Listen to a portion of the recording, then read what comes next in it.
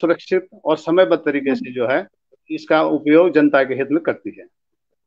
ठीक है, मैं जहां लौटूंगी आपके पास। जी मैं लौटूंगी। शांति प्रसाद भट्ट जी यूकेटी से इस वक्त हमारे साथ में जुड़े हुए हैं। शांति प्रसाद भट्ट जी, आपने सुना जो कर्मचारी हैं, रोडवेज कर्मचारियों की पीड़ा आपने सुनी। अखबार के फ्रंट पेज पर जो है लगातार 2-3 दिन से जो है उत्तराखंड परिवहन निगम की खबरें आ रही है, आंदोलन की खबरें आ रही हैं। वहीं जैसे मैंने कहा, आरटीओ की बात करूं या आरटीओ की बात करूं, जो है सरकार उनको आदेश दे रही है कि आप 24 घंटे के भीतर जो है वो सूचीबद्ध करिए उस एरिया को जहां पर रोडवेज की बस चल रही है। अन्य राज्यों से जो है यहाँ पर बसेस चलाने के लिए भी ऑर्डर्स दे दिए गए हैं, वहां रिक्वेस्ट कर दी गई है। आखिर उत्तराखंड में जिस तरीके से पालीवाल जी ने कहा कि पहले तो सरकार रोजगार नहीं दे रही है और जिन लोगों के पास रोजगार है उनसे भी रोजगार छीना जा रहा है, क्या कुछ कहेंगे भट्ट जी? देखो रितिका जी, इसमें कोई आश्चर्य नहीं होना चाहिए कि वर्तमान सरकार व्यापारिक दृष्टिकोण से राज्य को धकेल रही है।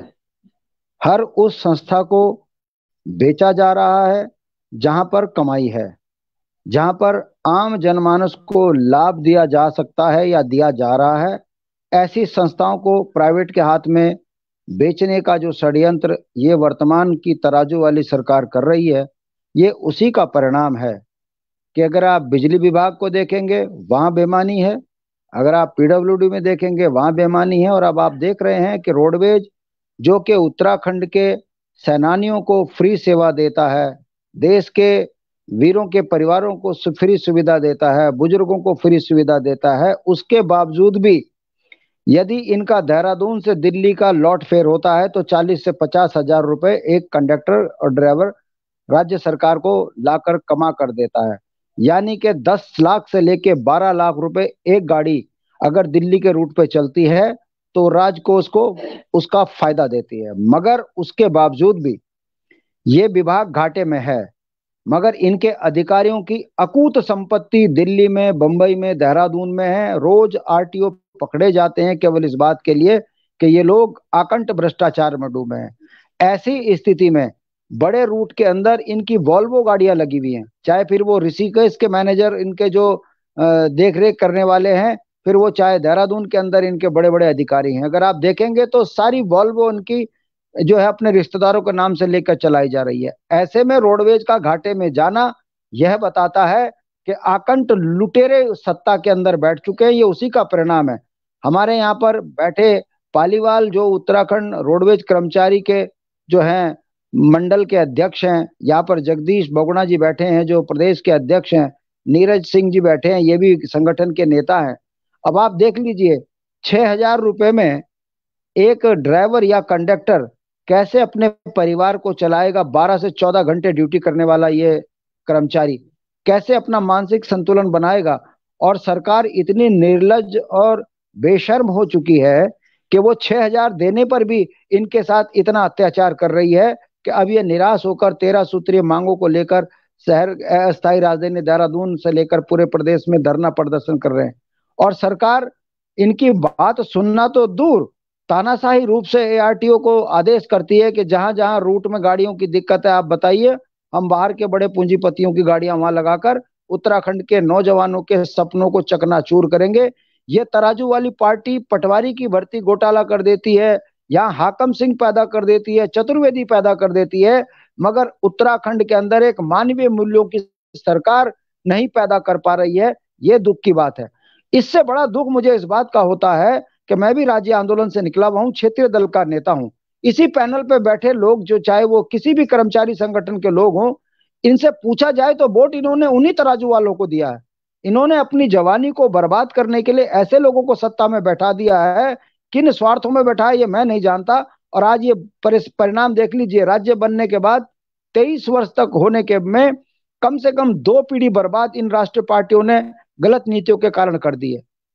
एक पीढ़ी हमारी राज्य आंदोलन में बेरोजगार रह गई और 2 पीढ़ी इन राष्ट्रीय पार्टियों की गलत नीतियों के कारण हो गई। और अब ये तीसरी पीढ़ी जो भ्रष्टाचार की भेंट चढ़ी है पटवारी भर्ती घोटाले में, जिसकी उम्र 35 साल होगी वो बेरोजगार हो जाएगा। कहने का मतलब है, जब जनता पार्टियों में बटी रहेगी, जब जनता अपने निजी स्वार्थ के कारण निजी नेताओं को चुनना शुरू कर देगी, तो फिर दमन राष्ट्रव्यापी राज्यव्यापी होना स्वाभाविक प्रक्रिया है।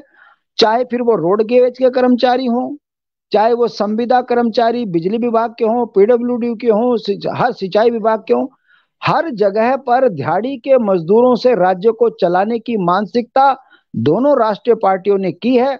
ये उसी का परिणाम है कि बेईमानी से तो रेगुलर नौकरी मिलती है। आप 50 लाख 40 लाख की रिश्वत दो, आपको नियमित कर दिया जाएगा। और अगर आप उत्तराखंड के मूल निवासी हो तो आपको तड़पा तड़पा के 6,000 में आपके प्राणों का जूस निकाल के पी जाएंगे ये नेता, और उसके बावजूद भी ये महान नेता कहलाएंगे, ये महान सरकार कहलाएगी। चुनाव में यदि यही रोडवेज के कर्मचारी इनका विरोध कर रहे होते तो आज ये नियमित सरकार के कर्मचारी होते। अगर उत्तराखंड के 45,000 संविदा कर्मचारी इन सरकारों का सरेआम बहिष्कार करने की बात चुनाव में कर रहे होते तो आज ये तमाम 45,000 लोग नियमित होते। मगर दुर्भाग्य है, चुनाव में मुद्दा होता है ये जीतेगा, इसको हराना है, उसको जिताना है। इस मानसिकता से इस राज्य को धकेला जा रहा है। परिणाम आपके सामने है। मुझे कोई आश्चर्य नहीं है कि यदि अभी भी जनता नहीं सुधरी तो इस राज्य को ठेकों के हाथ में दे दिया जाएगा और नेता ठेकेदारों के गुलाम होंगे और उत्तराखंड की आर्थिकी से इतना कमजोर कर दिया जाएगा कि यहाँ रोटी लेने वाले को विकास समझा जाए, कहने लगेंगे कि रोटी मिल गई। तो ऐसी स्थिति इन राष्ट्रीय पार्टियों ने की है।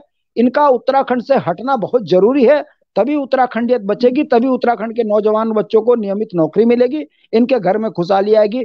मैं इनके दुख के साथ खड़ा हूं, मैं रोडवेज के हर आंदोलन में खड़ा हूं, मगर दुख इस बात का है हर कर्मचारी रोडवेज का जो कहता है सरकार खराब है, मगर चुनाव में मैं इन्हीं लोगों को देखता हूं कि यही राष्ट्रीय पार्टियों को पोषित करते हैं और अपना दमन करवाते हैं। कोविड में इतनी अच्छी सेवा इन्होंने दी, उसके बाद भी यदि इनको सरकार नियमित नहीं कर रही है तो इसमें दोषी उत्तराखंड की जनता भी है। मैं स्वीकारता हूं इस बात को कि जनता जिन जुमलेबाजी में फंस रही है उसी का परिणाम है कि इनका भविष्य तो हुआ बर्बाद, आने वाली पीढ़ी भी हमारी बर्बाद हो रही है। इसे रोकने की जरूरत है।